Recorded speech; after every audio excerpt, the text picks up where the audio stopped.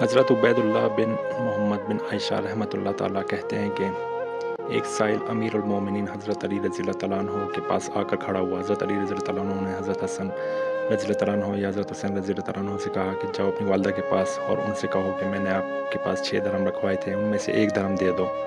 وہ گئے، انہوں نے واپس آ کر امی جان کہہ رہی ہیں کہ وہ 6 درہم تو آپ رضی اللہ تعالیٰ عنہ نے آٹے کے لیے رکھوائے تھے۔ حضرت علی رضی اللہ تعالیٰ عنہ نے کہا کسی بھی بندے کا ایمان اس وقت تک سچا ثابت نہیں ہو سکتا جب تک وہ اس چیز کو اس کے پاس ہے اس سے زیادہ اعتماد اس چیز پر نہ ہو جائے جو اللہ تعالیٰ کے خزانوں میں ہے۔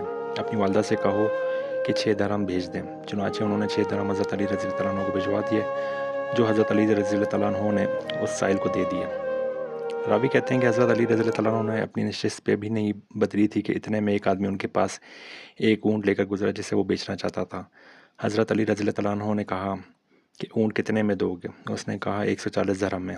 حضرت علی رضی اللہ تعالیٰ عنہ نے کہا اسے یہاں باندھ دو، البتہ اس کی قیمت کچھ عرصے بعد دیں گے۔ وہ آدمی اونٹ وہاں باندھ کر چلا گیا۔ تھوڑی دیر میں ایک آدمی آیا اور اس نے کہا یہ اونٹ کس کا ہے؟ حضرت علی رضی اللہ تعالیٰ عنہ نے کہا میرا۔ اس آدمی نے کہا کیا آپ اسے بیچیں گے؟ حضرت علی رضی اللہ تعالیٰ عنہ نے کہا ہاں۔ اس آدمی نے کہا کتنے میں؟ حضرت علی رضی اللہ تعالیٰ عنہ نے کہا 200 درہم میں۔ میں نے کہا میں اس قیمت میں یہ اونٹ خرید لیا، اور حضرت علی رضی اللہ تعالیٰ عنہ کو 200 درہم دے کر اونٹ لے گیا۔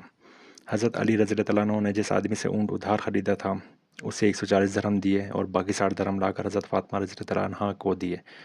انہوں نے پوچھا یہ کیا ہے؟ حضرت علی رضی اللہ تعالیٰ عنہ نے کہا یہ وہ ہے جس کا اللہ تعالیٰ نے اپنے نبی کریم صلی اللہ علیہ وسلم کی زبانی ہم سے وعدہ کیا تھا۔